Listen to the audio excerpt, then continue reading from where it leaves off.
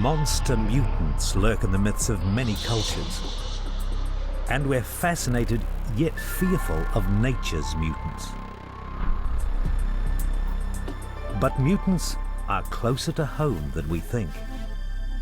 Often invisible, mutations are happening all around us, in every living thing.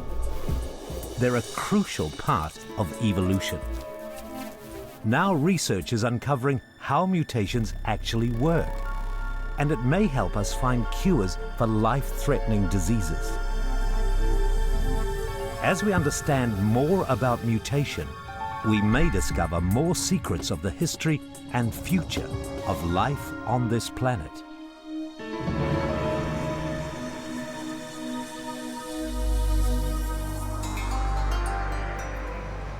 In 19th century America, people flocked to dime museums to view the odd, the eerie, and the unexplained. We are a recreation of a 19th century American dime museum. And dime museums, when they sprang up in this country, were full of anything the American public would pay 10 cents to see. People have always been interested in the weird, the strange, the bizarre, the exotic, and the unusual. For just 10 cents, they came to see the worst that nature had on offer. Some creatures were patently fake, products of an entrepreneur's imagination. But others brought us face to face with real mutations. It is freaky, but it is. Look at it. Across the Atlantic in Great Britain was a celebrated sideshow freak, Joseph Merrick, the famed Elephant Man. A tragic mutation within his genes gave rise to a disease called Proteus syndrome. Large bony growths covered the right side of his entire body. A mutation is a change in our genes. Deep within every cell, our chromosomes hold the instructions for life. These are our genes, and they're held on long, delicate strands of DNA. They read like a recipe book. But sometimes there's an unexpected change in part of the recipe. The result is an altered or damaged gene that we call a mutation.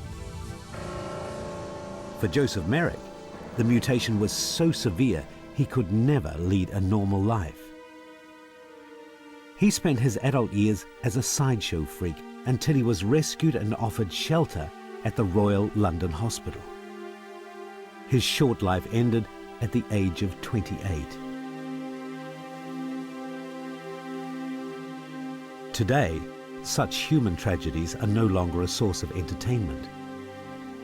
But many of us are still fascinated by creatures that are one in a million. In West Fork, Arkansas, Fred Lally has spent 50 years collecting some most unusual reptiles. This is Zip and his better half, Pip. With this member of Fred's menagerie, it's not clear if the left head knows what the right is doing. They're both equally perfect heads, perfectly aware of everything, but one of them's more of a mild disposition and the other one's a little grouch. And every now and then it doesn't like me fooling with it, it nips me. Fred has been fascinated by reptilian oddities all his life, and he now makes a living taking his mutant pets on tour to summer county fairs. And it's not the most lucrative business, but I do make a living at it, and I'm a free person. But of all the animal anomalies he's encountered in his long career, one stands head and shoulders above the rest. Meet Golden Girls. She's no ordinary snake and came with no ordinary price tag. Fred paid $20,000 for one of the rarest reptiles in the world. But this isn't a case where two heads are really better than one. Sometimes when she crawls, you'll see one head's wanting to go one way and one's another. That's very natural. It shows that both heads, and I would say they're near equal, but it seems like the head on the right usually gets its way. The main thing I watch for is that they don't breach an object Their heads are formed into the body somewhat like a Y. And it's easy for them to become impaled, I guess you could say, on a twig, a small shrub or something, and they can injure themselves. Golden Girls wouldn't survive in the wild. She depends on Fred's care and attention. But what causes a two-headed mutation? At the University of Pennsylvania, Dr. Margaret Castle studies genetic diseases in young animals. What I can show you here is a one-headed, two-bodied, conjoined pig twin. You can see it has one head here, clearly, and it has all arms, two on this side, two on the back side, and it has all of its legs, its hind legs, you can see down here. So it's actually a pig that has a complete separate spine from each other, so it's twins, but just one head. Typical conjoined twins. In nature, conjoined twins are rare, but they nearly always make the slot at the end of the evening news bulletins. This is Rudy, the two-headed pig. He's got two noses, two mouths, three eyes, and a personality. Normally what you have is one egg gets fertilized by one single sperm. The cells then start to divide. Sometimes you will get a split in those cells and two separate individuals will form twins. But sometimes that split doesn't quite make it. Depending on where they're joined is two heads or two bodies, 4 limbs, 5 limbs. You get a variety of different malformations caused by this not quite complete split. In humans, if the embryo hasn't divided by the 3rd week of pregnancy, then Siamese or conjoined twins may result. They're among the rarest of human beings. Only a few hundred pairs are born each year. More than half are stillborn and may live for only a few days. But are conjoined twins actually caused by mutation? We think it's a combination of both genetics and environment, but nobody actually knows. We geneticists tend to be a little more careful and say we call it a malformation at this point because we haven't been able to locate any genes to this day that actually cause conjoined twins. But whether conjoined twins are mutations or not, they are only the tip of the mutation iceberg.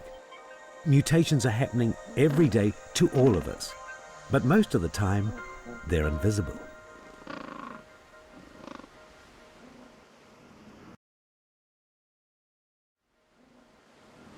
For me, a mutation is something that occurs all the time. It's a natural process. Many times, a mutation has no consequence. There's a change in the DNA, but that DNA is not important for the development of the embryo or the physiology of the organs. When the cells in our body divide, they must replicate their DNA. Sometimes that's when a copying error can take place, but usually it's fixed up by our body's own correction system. So we have proofreading enzymes, if you will, that actually zip along the DNA and they go and find a mistake and they get rid of it. They're quite efficient. They work in general. I mean, we'd be long dead if we didn't have these. Proofreading enzymes fix up small mutations on a daily basis. But when they fail to do their job, that's when a mutation occurs. A mutation can occur in any cell in the body, but if it occurs in a cell that gives rise to an egg or a sperm, and those egg or sperm are used to make a child, then that mutation is inherited and passed on to generations. Those mutations could be detrimental and could cause things like birth defects, or they could be beneficial and cause, for instance, stronger bones or whiter teeth, or a change in your hair or eye color, or sometimes the mutations just make me different from you. The townsfolk of Olney, Illinois know only too well about color mutations. Their parks are filled with some of the cutest mutants on the planet, and every evening they come out to play. A population of albino squirrels has settled here and made the town their home. According to local folklore, the first pair of white squirrels appeared in 1902, when William Stroop found them in woods outside the city. Stroop captured the pair and displayed them in the local saloon. Later, they were released into City Park, where they started to breed. In their heyday in the 1940s, the population of albino squirrels reached almost 800. The townsfolk of Olney have given the squirrels pride of place, and they've helped shape the very identity of the town. Olney is not alone in treasuring its albinos. Whenever one of these rare white creatures is discovered, its strangeness captivates us. Thought to be about 40 years old, the crocodile's creamy skin and pale whitish eyes are radically different from the colouring of normal crocs, and according to researchers, the syndrome is extremely rare. But at least they've named the rare creature. From today, he'll be simply Snowy. And two-headedness isn't Golden Girl's only claim to fame. Normal rat snakes are black with a black tongue and eyes. Golden Girl's is also an albino, a case of being doubly blessed or doubly cursed. But whether it's an albino snake or an albino squirrel, the cause of their albinism is the same. Within every cell in the body, our genes hold the DNA instructions for how that body grows and functions. Amongst the thousands of genes in every cell, there are those that determine eye and hair color. In grey squirrels, these genes code for a pigment called melanin, which gives them grey fur and black eyes.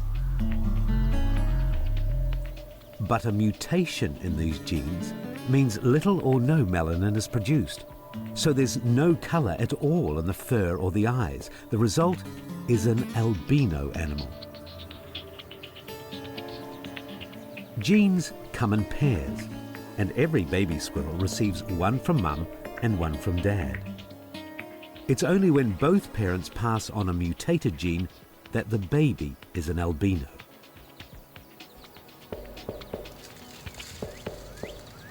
The citizens of Olney pamper their squirrels, but dogs, cats and other predators find the albinos easy pickings.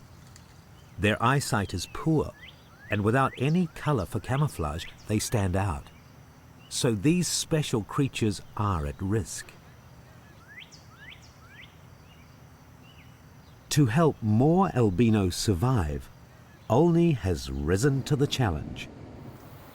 Police officers here are perhaps the only ones in the world charged with protecting albino animals. White squirrels have the right of way on city streets, and it's an offence to harm them in any way.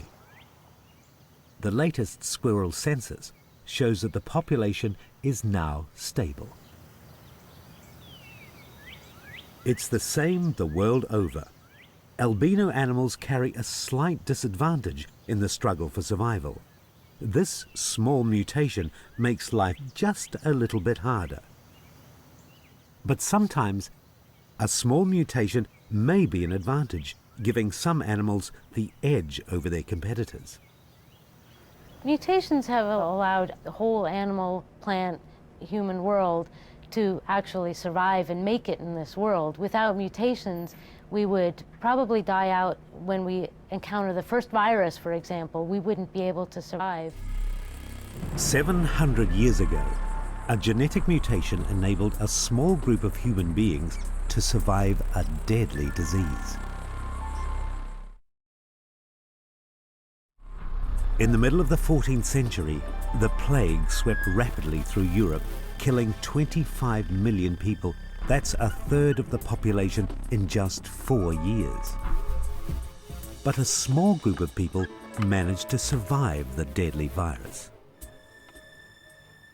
There was a small subset of people, less than 1%, who did not get plague, and they would survive no matter how bad the plague outbreaks were. About 300 years later, the number of these people had actually increased to about 10%, These people actually had a mutation that made them resistant to the plague bacteria.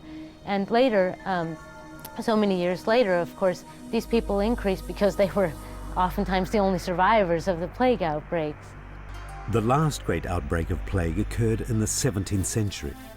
In 1665, the Black Death struck London, taking 75,000 victims in its wake.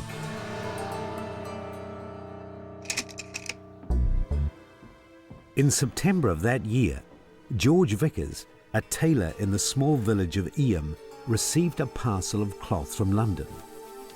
It was ridden with plague-infected fleas. 4 days later, Vickers was dead. After many villagers succumbed at an alarming rate, the rector of the village made the momentous decision to quarantine the whole community. It was an heroic and radical act and prevented disease spreading to the surrounding district. But a year later, when the first outsiders ventured into Eyam, they were surprised to find that nearly half the townsfolk had actually survived. Now descendants of these survivors are helping researchers battle a modern-day plague. From previous work undertaken on HIV/AIDS, researchers had isolated a gene known as CCR5. When this gene is active, it allows the HIV virus to penetrate white blood cells, thus spreading the virus through the body. But in people who have the mutation, the HIV virus just can't get into the white blood cells. When researchers analysed the blood samples from Eyam descendants, they found an unusually high number of people carrying the mutated version of the gene. This mutation may be the reason so many townsfolk survived in 1665 and could hold a key to preventing AIDS.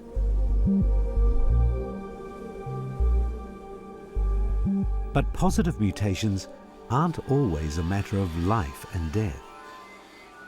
A remarkable mutation arose after human beings first domesticated the cow.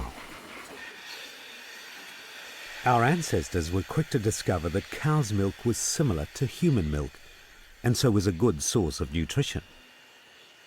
But there was just one hitch. Only babies could digest it without problems. Once people grew up, they found drinking milk gave them stomach cramps and nausea. They had lactose intolerance, which means they could no longer break down the sugars in milk. This was the norm for the majority of the population. But a lucky few were able to carry on enjoying milk as they grew up. They had a new advantage, a helpful mutation which meant their lactose tolerance gene didn't switch off after childhood. Those with the new mutation thrived and may have been healthier than the rest. They certainly would have had stronger bones and teeth. They may have made more attractive mates and may even have had more children. So in populations where dairying became established, the new mutation slowly spread, enabling most people to enjoy drinking milk throughout their lives.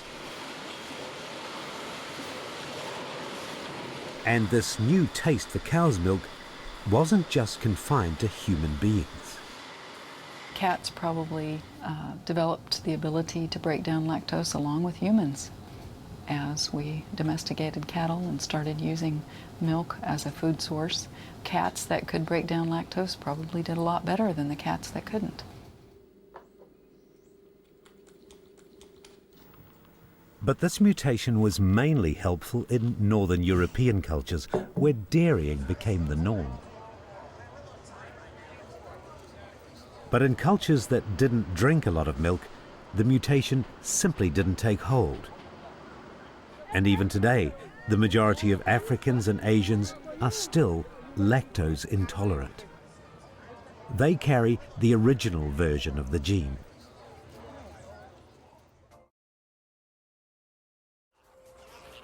Ever since life began, mutations have enabled species to adapt to changing conditions. But mutations are actually random events and can occur for better or for worse. But there's another natural force that determines which mutations catch on and which fall by the wayside. Charles Darwin called it natural selection. If there's a disadvantage to a mutation, then it will probably die out. But if there's a positive advantage, then natural selection will ensure that it eventually spreads through the community. Working together, mutation and natural selection are the engines of evolution. Paleontologists can trace millions of years of evolutionary change packed into just a few centimeters of rock. If we consider the history of life, which stretches back more than 500 million years, it's a history of change, and that change is governed by mutation. We do find that some lineage has shifted fairly dramatically, perhaps in response to, say, changing climate or changing food resources, or maybe some sort of change in the type of predator that was after it. When environments begin to change, mutations offer random solutions. An advantageous mutation might help a species survive the new situation, while another species may be faced with extinction. In fact, extinction's really the bread and butter of the history of life, strange to say. And if we think about the groups that went extinct, our normal explanation is that extinction means inability to adapt, that particular lineages of fossils just haven't been able to change enough to keep pace with the changing Earth. And so those organisms weren't mutating enough, they weren't changing enough. While the fossil record gives us a condensed history of evolutionary change, we can see living examples of evolution in action on many of the world's islands. Island populations offer a unique glimpse of how mutation and natural selection can work very quickly under the right conditions. So when you think about a population of organisms or a species, that population contains a large amount of variation, genetic variation, which is mutation has produced over millennia. But when you take two organisms and you put them on an island isolated from the main population where they came from, they're only taking a small part of the variation that they came from. And that may lead to differences in that population arising very, very rapidly. And that's where you tend to see evolutionary change, because when you have small populations, natural selection acts much more strongly. On his famed visit to the Galapagos Islands in 1835, Charles Darwin was fascinated to find so many unique species found nowhere else on Earth. His hunch was that the ancestors of these unique animals had somehow hitchhiked their way from the mainland. And once on the islands, they'd evolved in isolation, each adapting to the new environments they encountered. On the islands, he counted 13 different species of finches. Some lived in the trees, others lived on the ground. Some ate insects and others ate plants and berries. He concluded that one original founding species had, over time, evolved into 13. Each one taking on new roles in the island environment. It was the same everywhere he looked. Even the tortoises had evolved so that you could tell which island they came from just by looking at the shape of their shells.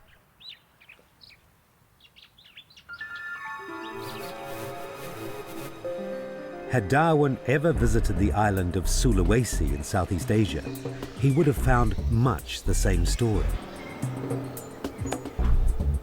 Here, the island's early arrivals have evolved into 100 unique species that exist nowhere else.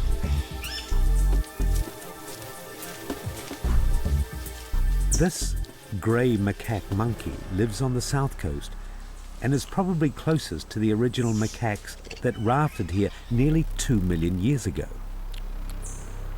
Compare that to the black-crested macaque that lives on the northern tip of the island. It's hard to believe that both have descended from common ancestors.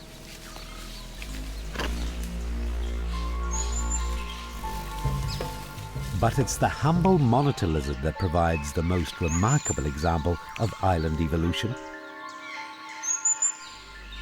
This hardy traveller has colonized many islands in Indonesia, and depending on the situation, has evolved into some strikingly different forms.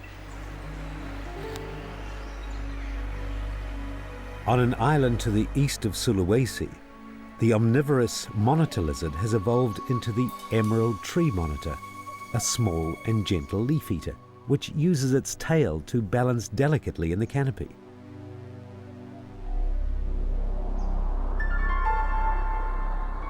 But on the island of Komodo, where there were no large mammal predators, the descendants of the monitor lizard have filled the gap in a most impressive way. They've evolved into the largest and most fierce lizard in the world, the Komodo dragon.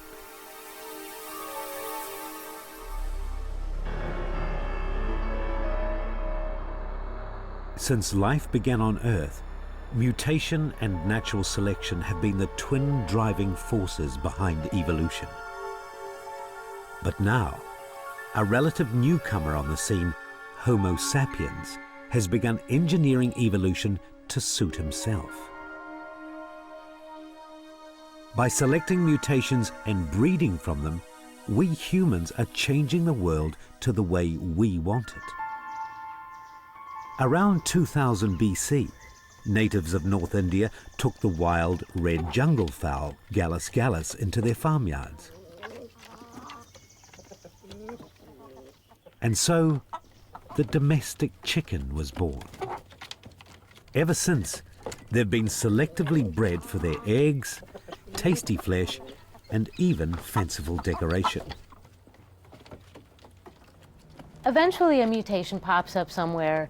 These happen randomly. This is a normal occurrence. So somebody finds an individual that has the qualities that they are looking for, and then they pick that and breed it to one that's most similar. So this is an old process that's been known for thousands of years. You breed similar to similar and you'll get similar. Wild roses, which grew on the planet some 50 million years before humans, have now been selectively bred over the centuries to produce the sensuous array of blooms we enjoy today.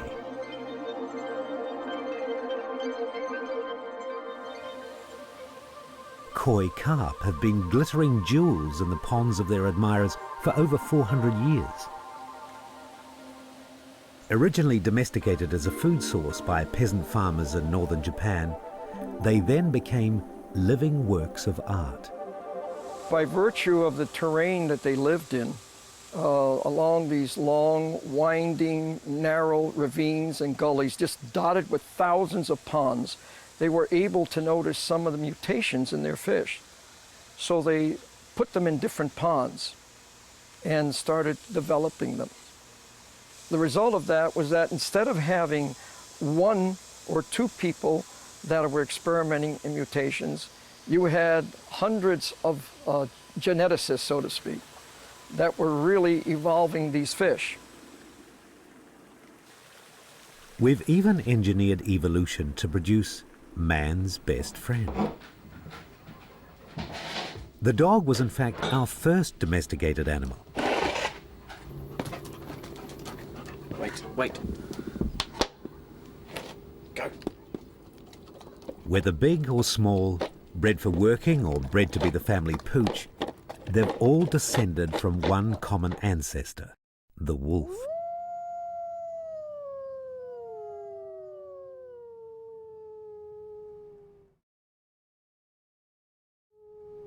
What happened was that certain people found that there were certain subgroups of wolves that seemed to be more tame than others, and these they made then to their companions, and then by selective breeding together what they thought was appropriate for their needs or uses. That's how then the modern-day dog most likely evolved. Many believe that wolves adopted humans rather than the other way around. Perhaps wolves scavenged for scraps around early human campsites, and puppies were taken into cave dwellings to be tamed and kept as pets. Whatever the scenario, it's clear that the partnership between dogs and humans was of mutual benefit. Dogs are social animals, and they enjoyed the protection, shelter, and easy access to food that humans provided. As pack animals, they soon came to recognize the human as the alpha dog or leader. In turn, humans found in the dog a loyal protector and devoted companion. Hunting became easier, and life was safer with an animal that could guard the campsite at night. Perhaps different groups of people domesticated different breeds of dog, and by the time of the Roman Empire, most of the breeds we know today were already established. Humans used the genetic variability of early dogs to breed for specific characteristics. Intelligent and confident dogs were bred together to produce sheepdogs. Today, the heading dog can hunt in a pack the way its ancestors did. It instinctively rounds up its prey animal. Its uncanny ability to stare down the sheep is like its wolf ancestor. But generations of selective breeding means these dogs will only hunt. They won't kill. But some breeds have strayed far from their original purpose and clearly would not survive without us. Brenda Heinsohn owns a most unusual dog. When Brenda's daughter was born allergic to dog hair, she searched for a dog that wouldn't trigger reactions. They discovered the Xolo, or Mexican hairless dog. No one knows when this hairless mutation first occurred, but it's thought the breed originated in the warm climate of northern Africa. But extreme artificial selection has its downsides. Associated with the hairless gene is a lack of the premolar teeth. And you also will see either very stunted or a total absence of the canine teeth. Also, and it doesn't pose any problem for them because they eat just as well. I mean, they don't have a problem with food. Hairlessness may be a bonus for Brenda and her family, but for the Xolo, the lack of protective fur isn't. Too much sun and he will get sunburnt.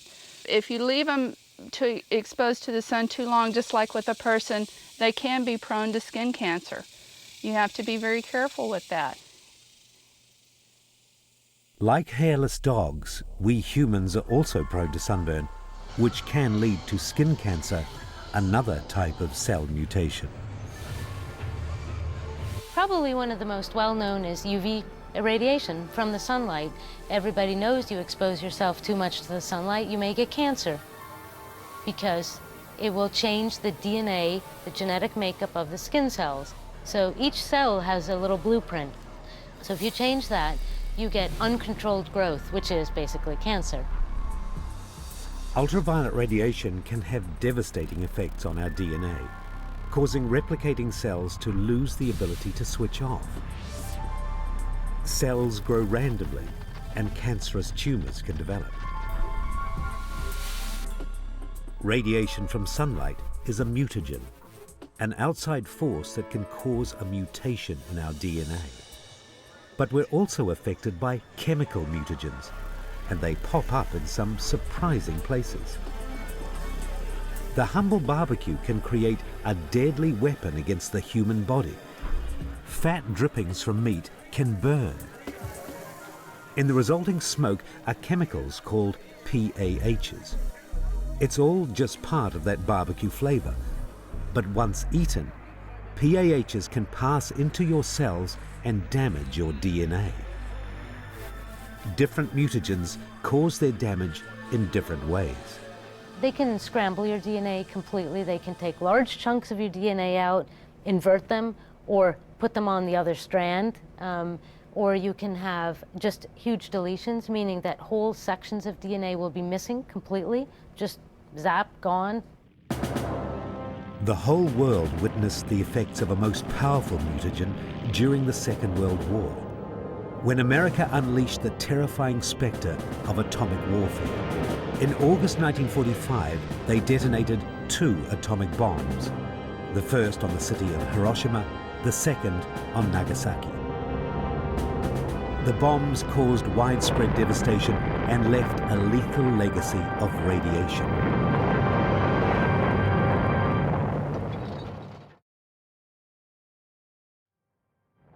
After the atomic bomb, it was noticed that there were many defects that were inherited in the offspring of the survivors.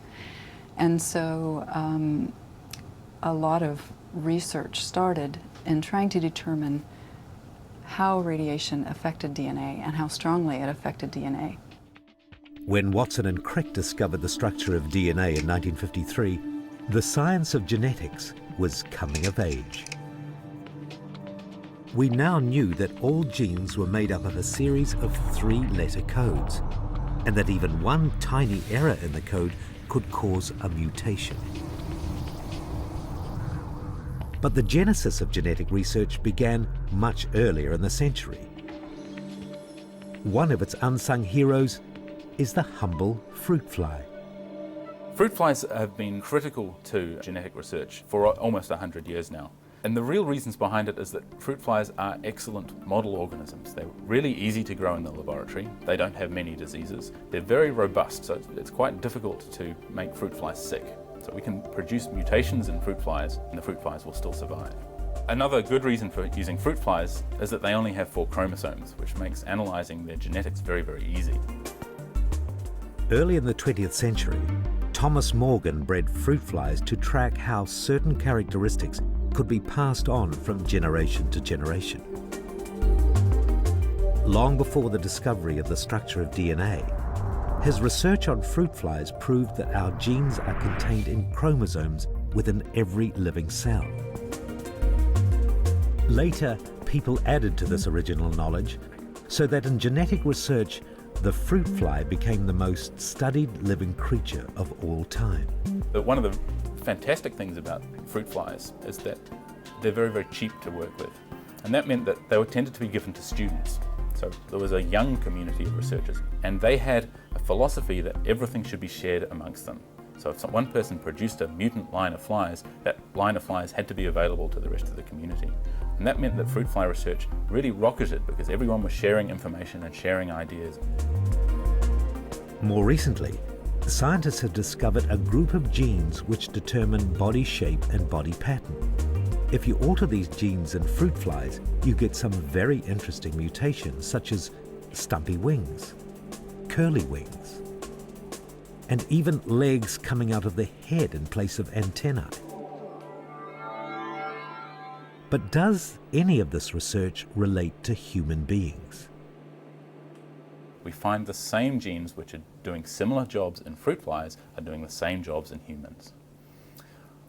What that means is that fruit fly research is incredibly useful because it enables us, in a simple system, to understand how genes work. Once we have that information from a simple organism, we can try and use that to understand what's happening in more complex organisms like humans. Using fruit flies, scientists have just found that a so-called chaperone protein may be able to hide or paper over small mutations in the gene code. It's a discovery that has major implications. Over the generations, a family of flies can accumulate many mutations that are hidden harmlessly away. When this protein is working, these mutations never see the light of day. But if it stops doing its job, then mutations that were invisible suddenly appear. And you find that the fruit fly strain that you've been looking at actually has a mutation you never knew about. And this is incredibly important for evolutionary research because it means that organisms can build up inside their own genes a degree of variation which is never seen in the environment. But under stressful circumstances, a change in the environment, change in temperature, those mutations can pop out, appear in the environment, and perhaps be selected by natural selection. If the study of genetics was a major motion picture, then the fruit fly would take the leading role. But to learn more about human genetics, scientists have turned to animals that are a little closer to us on the evolutionary tree. Mice are fast becoming the new superheroes of genetic research. At Baylor College of Medicine in Houston, Texas, geneticist Monica Justice is researching mutation in mice. Monica's work involves studying genetic diseases in mouse populations with the goal of applying that knowledge to the same diseases in humans. Monica and her team use a powerful chemical mutagen to cause mutations in her mouse population which mimic similar conditions in humans. They introduce this chemical mutagen directly into mouse sperm cells. From the offspring, she identifies mutant mice that show signs of a health defect. She then breeds these mutants to create whole families of mice with the same condition. Right now, I have approximately 30,000 mice. And these mice all have different mutations. So some of the mutations cause birth defects. Some of them cause changes in their skin or coat. The mice have almost the same profile of genetic diseases as you would find in the human population.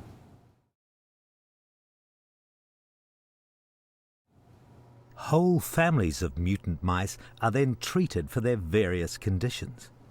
And that's one of the advantages of mice over humans. Usually if we have a disease in humans, we may choose not to have more children or something, but we can produce lines of mice that produce this disease. And then we can determine how that disease might be treated. Research in this area has highlighted new knowledge about genetic diseases. So if you take a disease such as osteoporosis, you might predict that this certain gene causes osteoporosis, and in fact it might. But what we're learning is that this gene can cause osteoporosis if mutated, but so can another gene on this chromosome, and a different gene on this chromosome, and yet another gene. So we're finding that mutations in many different genes could contribute to a single disease.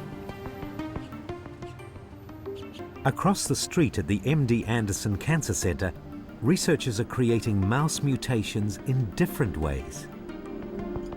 They're targeting individual genes and altering them with pinpoint accuracy. It's a fiddly business, but it's actually possible to insert new genes into a mouse by micro-injecting foreign DNA directly into a fertilized mouse egg. So you have a very, very fine needle, and that pierces the egg and goes into the nucleus, and a solution of DNA is pumped in. Then you can transfer them back into a surrogate mother, and she'll give birth to babies. And some of those babies will have incorporated this DNA into their genomes. Then we can breed these mice and see in the progeny of these animals that carry this DNA, what is the impact of this gene on the animal. It's incredible that within only 50 years of discovering the structure of DNA, we now have the tools to cut and paste it so precisely. Richard's latest research is on human ovarian cancer. This is a very serious cancer for women. It's usually detected very late. And because it's detected very late, the treatment options are not great. So we decided to use our technologies to model this disease in mice. The team is targeting a mutant gene that's strongly associated with ovarian cancer. They've even constructed this mutant gene in the lab. The next step is to insert the mutant gene into developing mouse embryos.